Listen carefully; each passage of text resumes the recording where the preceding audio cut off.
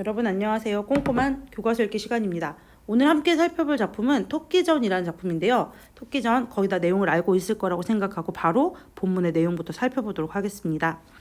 남의 용왕이 병에 걸렸는데 토끼의 간이 약이 된다고 별주부가 토끼를 찾으러 육지로 간다. 별주부는 높은 벼슬을 주겠다는 말로 토끼를 꿰어 수궁에 데리고 온다. 자, 토끼는 지금 별주부의 높은 그 꿰임에 꼬여서 이제 수궁에 오게 된 거고, 거기 보시면 이런 표현이 있죠. 용왕이 병에 걸렸는데 토끼의 간이 약이 된다고 해서 토끼의 간 이게 이제 약이 된다고 해가지고 얘를 데리러 간 거지. 그 사이 용왕은 병이 더욱 깊어져 움직이지를 못했는데 토끼를 보고는 새 정신이 왈칵 솟았다. 왜냐하면 토끼의 간을 먹으면 어떻게 돼요? 그쵸? 몸이 나을 수 있기 때문에. 용왕은 창문을 열어 큰 소리로 토끼에게 분부를 내렸다. 과인은 옥황상제의 명을 받아. 이때 과인이 누구냐? 바로 용왕이죠. 과인은 옥황상제의 명을 받아 이 남해를 지켜왔다. 또 인간에게는 비를 주고 바다의 생물을 위해서는 은혜를 널리 베풀며 열심히 살아왔다. 그러다가 우연히 병을 얻게 돼 오늘에 이르렀구나. 토끼의 간이 아니면 다른 약이 없는 처지에 별주부가 충성심을 발휘해 그 험한 육지에서 가서 너를 잡아왔느니라 그랬어. 내 간을 내어 먹고 짐의 병이 낫는다면, 자, 이게 무슨 말이니? 이해가 되나요? 응? 나를 위해서, 나는 왕이잖아. 용왕이 나를 위해 일개 평범한 백성,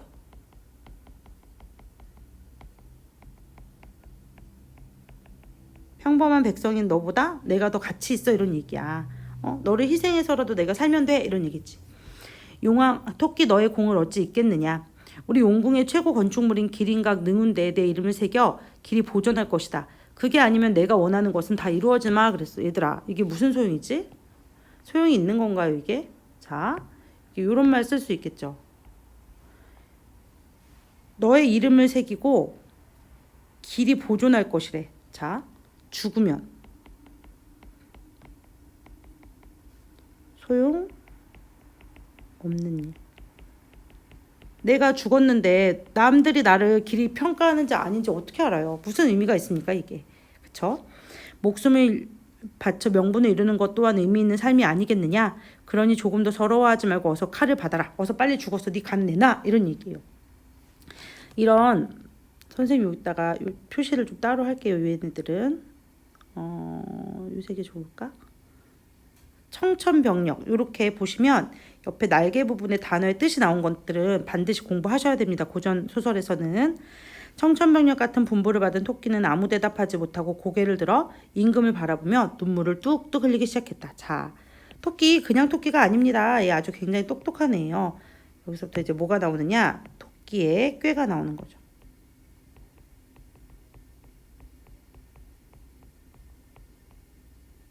지혜라고도 할 수 있겠지. 용왕의 모습을 보니 아무런 죄 없이 자기 때문에 죽게 된 토끼가 딱하기도 하고, 용왕이 이제 그 모습을 보니까 뭔가 불쌍하기도 해. 이왕 죽는 거 좋은 말로 타일러 웃음이나 먹은 거 죽게 하자는 마음으로 토끼를 달랬다. 얘를 죽여서 간을 먹어야 되는데 그냥 죽이면 또 불쌍하다고 달래려고 하는 거야. 짐이 누군가? 그치, 용왕이지. 나를 위해 죽는 것이니 서러워 눈물을 흘리느냐? 죽는 게 서러워서가 아니고 못 죽어서 우나이다. 이게 말이 됩니까? 예, 말이 안 되죠. 뭔가 말이 안 되지만 의미가 있겠지. 중요한 문장이야. 자, 이치에 맞지는 않아. 왜? 죽는 게 서럽지. 못 죽어서 서러운 사람이 어딨어요. 그쵸? 못 죽어서 울다니 그게 무슨 해괴망측한 말인가? 용왕이 의아라는 것은 궁금하고 놀라고 이래서 물어봤어. 그것이 무슨 말인가? 용왕님, 제가 아를 테이니 잘 들어보십시오. 내 얘기 좀 들어보세요. 이런 얘기야. 인간 세상에 가면 흔하디 흔한 게 저같이 작은 목숨입니다. 언제 독수리의 밥이 될지 사냥개의 반찬이 될지 누가 알겠습니까? 사냥꾼이 쳐놓은 그물에 걸리든 화총에 불에 타서 죽든 죽는 거야. 시간 문제죠. 라고 했어. 이 부분. 자, 나 같은 힘없는 백성들, 하찮은 애들은 뭐 언제 죽어도 이상하진 않아요 라고 얘기하는데, 이 부분은 토끼가 자신을 낮추어서 표현하는 거죠. 나 같은 건 그렇게 큰 의미 있는 존재는 아니에요. 이렇게 말하는 거야. 그렇게 죽고 나면 세상에 살아간들 누가 저를 기억해 주겠습니까? 자, 기억해 주겠습니까? 라고 물었지만 그렇게 죽고 나면 세상에 누가 저를 기억해 주겠습니까? 라고 물었지만 요거는 빨강색으로 해야겠다. 잠깐만요. 여기까지 해놓고 저 뒤에 문장은 이렇게 표시할게요. 자, 이 문장. 세상이 죽고 나면 아무도 나를 기억해주지 않는다라는 답이 이미 전제되어 있어. 답이 정해져 있는데 질문의 형태로 던지기 때문에 얘를 서리법이라고 하고요. 서리법은 여러분도 다 배웠을 텐데 왜 쓰는 건가요? 강조하기 위해서 쓰는 겁니다. 자, 자신을 낮추고 지금 이제 나 같은 거는 세상에 없어도 누가 날 기억해 주겠어요. 나는 그렇게 중요한 인물은 아니에요. 라고 일단 상대를 안심시키기 위해서 자기를 낮추는 표현입니다. 제 뱃속에 간이라도 있으면 대왕님의 병을 고치는데 쓰는데 아니 참 그렇게 해서 이름이라도 남기면 좋은데 천재 이런 좋은 기회가 있는데 그럴 수가 없더라 라고 지금 뭐 하는 거냐? 설득하는 거지.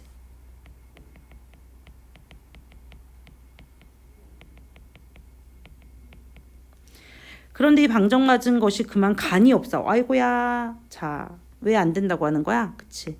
간이 없어요, 지금. 이게 토끼의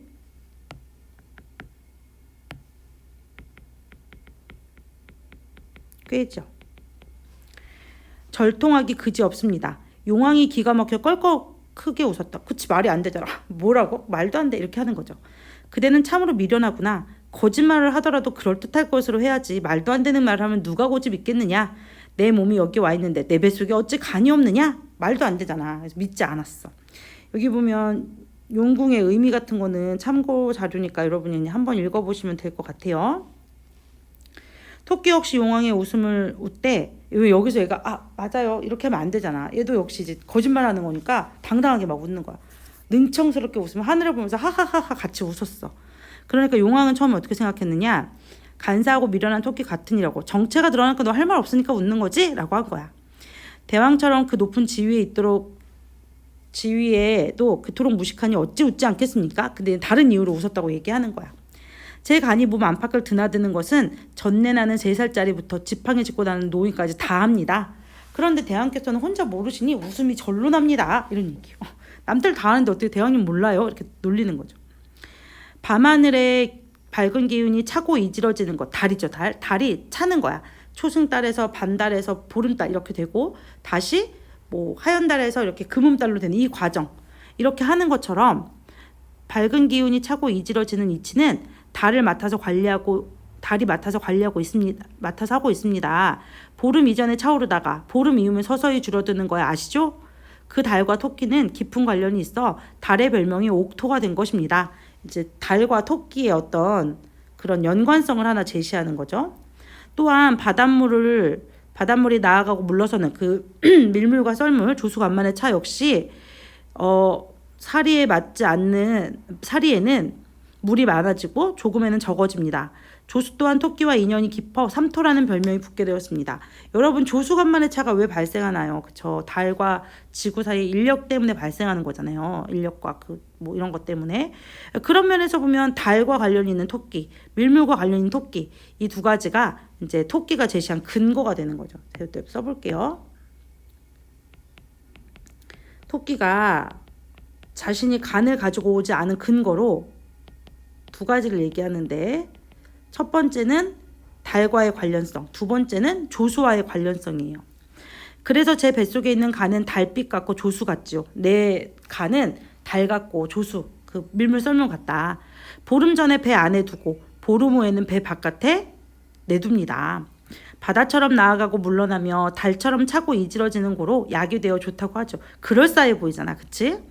만일 다른 짐승처럼 뱃속에 줄곧 있기만 한다면 그 많은 짐승 중에 하필 토끼의 간이 좋다 하겠습니까? 라고 세 번째 근거를 제시하네.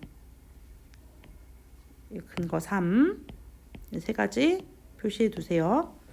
이달 15일에 명산으로 이름이 알려진 그런 산으로 알려진 낭야산에 가서 저희 짐승들이 모임을 하고 있었습니다. 그때 제 간을 빼어 파초입에 곱게 싸서 낭야산 최고봉 우뚝 선 노송 늙은 소나무 가지 끝에 높이 달아놓고 모임에 나갔다가 저 별주부를 만나 곧바로 따라왔습니다. 다음 달 초하루나 돼야 뱃속에 다시 간을 넣을 때 그때 가져올 수 있습니다. 라고 하면서 뭐라 그랬어? 이게 무슨 뜻이야? 지금은 간이 없어요. 이런 얘기야. 지금은 간이 없어. 이렇게 거짓을 말하는 거죠. 용왕이 들어보니 이치가 그럴듯했다. 자, 여기 용왕은 약간 좀 바보 같네. 빠져들었네요. 이게 토끼의 꾀에 넘어갔어. 저런 줄을 알았다면 약을 가르쳐준 선관에게 자세히 물어나 보았을 거라고 후회가 되었다. 중간에 이제 결국 속아가지고 신하들이 안 된다 하는데도 얘를 육지로 돌아보낸 거지. 그럭저럭 문답 아닌 문답을 하며 토끼와 별주부는 넓고 넓은 푸른 바다를 지나고 바닷가 기슭에 도착했다. 토끼가 앞에 서고 별주부는 뒤를 따라 바삐 걸어갔다. 토끼의 분한 마음은 별주부가 지은 죄가 뭐야? 그치, 자기를 꼬셔서 데리고 온 거지. 아직은 때가 아닌 줄 알기에 묵묵히 걸어갔다. 괜히 건드려 보았자 저 단단한 주둥이로 팔을 꽉 물고서 도로 물로 들어가면 어찌할까 싶어 쿡 참았던 것이다. 토끼가 대똘똘하죠. 토끼는 바닷물에 빛이 보이지 않도록 한참 흘러서 가서야 이제 육지에 완전 도착해서야 바위의 높은 곳에 앉아 마음껏 별주부를 호령했다. 이놈 자라야 내 죄를 따지자면 죽어도 아깝지 않도록 괘씸하다. 만일 내 말재주가 내 용왕처럼 미련했다면 네가 용왕처럼 그렇게 내가 말하는 게 용왕처럼 바보 같았으면 너 죽었을 거야. 근데 내가 너 살려준 거야. 이런 얘기야.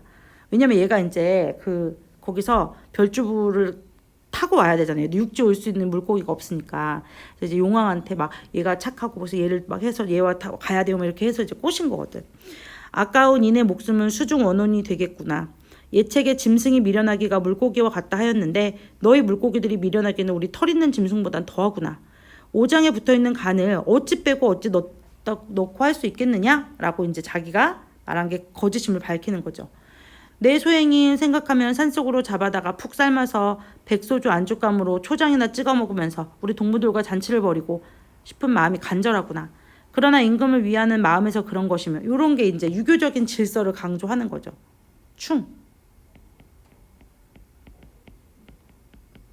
자라가 용서받을 수 있는 이유야. 만경창파 그 먼 길을 내 등으로 왕래하여 죽고 사는 고생을 함께 하였기에 목숨만은 살려 보내주겠다. 그리 알고 속히 궁으로 돌아가거라. 좋은 약을 보내기로 내 왕에게 약속했으니 점자는 내 체면에 어찌 시건이라는 게 약속을 깨는 거야. 내 똥이 매우 좋아 열을 내리게 한다. 진짜일까요? 그런 것 같진 않아요.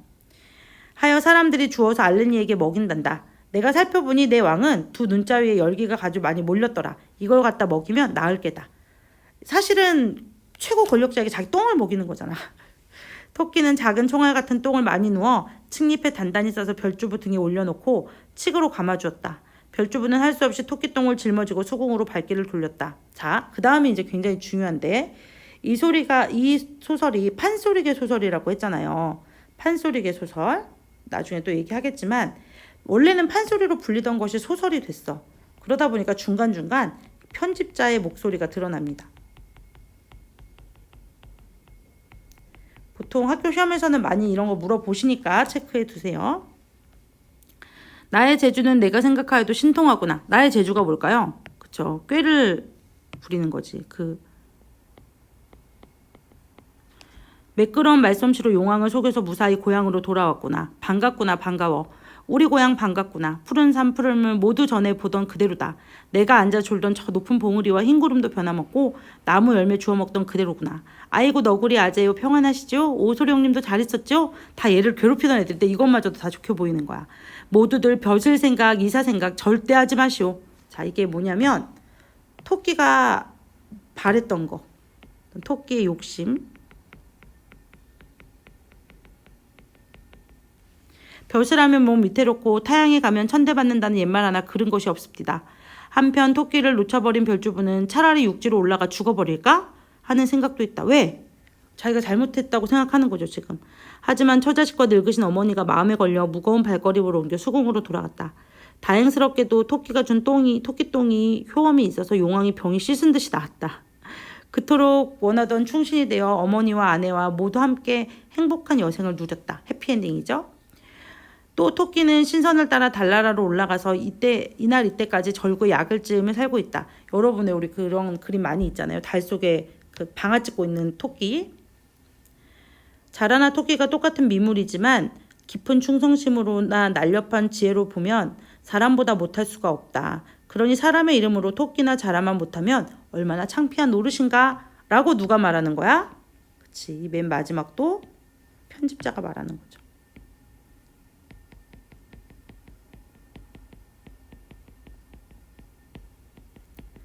그러면 내용은 크게 어렵지 않기 때문에 여러분 다 이해할 거라고 생각하고요. 선생님 몇 가지만 이제 필기하도록 하겠습니다. 이 작품은 우화 소설이에요. 우화라는 거는 사람이 아닌 식물이나 사물을 사람인 것처럼 이렇게 해서 쓰는 소설들을 말하죠. 여러분 잘 알고 있는 것 중에 이솝이라는 사람이 쓴 이솝우화가 있죠. 얘도 일종의 그런 동물들의 모습을 통해서 인간의 모습을 드러내는 거고요. 여기서 이제 여러분이 낯선 용어가 하나 있을 텐데 물론 배운 학생들도 있겠지만 판소리계 소설이라는 말이 있습니다. 이게 무슨 뜻이냐? 원래는 사람들의 입에서 입으로 전해지던 옛날 얘기들, 토의 간이라든가 구토지설이라든가 뭐 이런 옛날 얘기들을 다 뭐라고 부르냐면 설화라고 해요. 이런 설화들이 여러 시간 동안 쌓이고 이야기가 더해지면서 판소리가 돼. 이 작품은 판소리 수군가가 되겠죠. 그러다가 너무 인기가 있어서 얘가 바로 소설로 정착되는데 그게 바로 판소리계 소설. 그 다음에 이제 고등학교에 가시면 신소설이라 그래서 일제강점기 초기에 이제 우리의 것들을 새로운 형태의 소설로 만들어내는 것들이 나오거든요. 요거까지는 모르신다 하더라도 수군가, 그 다음에 여기서 토끼전 이렇게 되는 거예요. 예, 요 단계를 거치는 게 판소리계 소설이고요. 중요한 거는 판소리가 소설보다 먼저 있었다는 거. 여기가 포인트입니다. 예, 그 다음에 해학적이라는 건 재미를 주는 거고요. 풍자적이라는 건 뭔가를 비판하고 비꼬는 건데 여기서 뭘 풍자하는 걸까요? 그쵸, 바로 권력자인 왕이 자신의 이익을 위해서 일반 힘없는 백성인 토끼를 희생시키려고 하는 것. 그게 풍자인 거지. 너희 대통령이 아프다고 어느 날 갑자기 너의 간이 필요하다고 불려다가 너의 간을 막 달라 그러면 그래 나라를 위한 일이 하면 간을 주나? 그런 것들이 정당화할 수 있는 건가요? 그런 얘기 하는 거예요. 힘 있는 사람이 왜 힘없는 백성을 이렇게 희생시키려 하는가? 단순히 간의 이야기라고 생각하시면 안 됩니다. 이게. 그 다음에 교훈을 주는 거죠. 그리고 이제 얘가 판소리계 소설이기 때문에 아까 말한 것처럼 오랜 시간 거쳐서 쌓이다 보니까 여러분이 이제 지금은 이렇게 배워서 토끼똥으로 몸이 낫다고 배우지만 고등학교에 가면 또 다른 이야기로 배울 수가 있어요. 뭐 자라가 집에 돌아가야 되는데 자기 자신이 한심해서 돌에 머리를 꽝꽝 찧었더니 중국의 유명한 의사인 화타가 나타나서 약을 줬다는 얘기. 또 용왕이 병이 걸린 이유가 용왕이 열심히 일을 해서 걸렸다는 사람도 있고 용왕이 맨날 놀다가 음주 가무 즐기다가 했다는 것도 있고 또 용왕의 딸이 아프다는 것도 있고 등등 여러 이야기들이 있는데 그런 걸 우리가 이본이라고 하거든요. 한자로 쓰면 이렇게 돼요. 달을 이자에 근본 문자인데 이본이 다양해. 지금 배우는 이야기가 이 소설의 정말 딱 요 얘기다 요건 아니고요. 좀 변형될 수 있다는 것도 참고로 좀 알아두시고 핵심은 아까 말했지만 힘을 가진 사람이 힘이 없는 사람의 어떤 것들을 희생시켜서 자기의 이익을 취하려는 게 이 소설에서 비판하고 싶은 내용입니다. 거기 보시면 헛된 욕심의 경계, 요거는 이제 토끼에게 해당하는 얘기죠. 토끼가 거길 왜 갔니? 헛된 욕심의 경계와 위기를 극복하는 지혜인데 처음에 벼슬과 이사, 그러니까 돈을 벌 수 있다, 높은 자리에 갈 수 있다라는 그 욕심 때문에 갔는데 결국은 그런 위기가 그런 것들을 믿고 갔더니 더 큰 위기가 찾아와서 지혜로 극복하는 거죠. 그 다음에 자신의 욕심을 채우려고 힘없는 백성을 희생시키려는 지배층을 향한 비판. 제가 아까 말했지만 용왕을 위해서 토끼의 간을 가져오라고 하는 거. 이런 것들이 비판의 대상인 거죠. 그 다음에 우직한 충성심과 상황에 따른 융통성의 중요성은 누구를 통해서 보여주는 걸까요? 이거는 별주부. 그다음에 이거는 토끼. 예, 그래서 주제가 지금 보시면 3개가 되잖아요. 판소리는 아까 말했듯이 한 사람이 만든 게 아니기 때문에 여러 가지 시각으로 작품을 접근할 수 있습니다. 그러면 학습활동 볼까요? 학습활동에 보시면 줄거리와 내용 파악하기 잘 되어 있으니까 여러분이 보시면 되는데 토끼는 위기에 빠졌지만 지혜로 극복하고, 용왕은 토끼를 속여가지고 자기의 이익을 취하려 했지만 결국은 그 토끼의 꾀에 속게 되고, 별주부는 충성심을 발휘하고 좀 융통성이 없는 그런 거죠. 뒤에 보시면 그 작주 인물 하나 고르고 적절한 평가라고 했는데 이런 것들을 만약에 학교에서 시험 문제 내신다면 여러분이 여기 각각 토끼, 용왕, 별주부의 입장을 정확히 알고 있느냐를 평가하실 거예요. 따라서 토끼가 지금 하는 행동의 의미, 용왕이 하는 행동의 의미, 별주부가 하는 행동의 의미를 이해하시면 이런 것들을 변형하는 문제들도 잘 풀 수 있을 거라고 생각합니다. 그러면 오늘 여기는 여기까지만 살펴보도록 하겠습니다. 수고하셨습니다.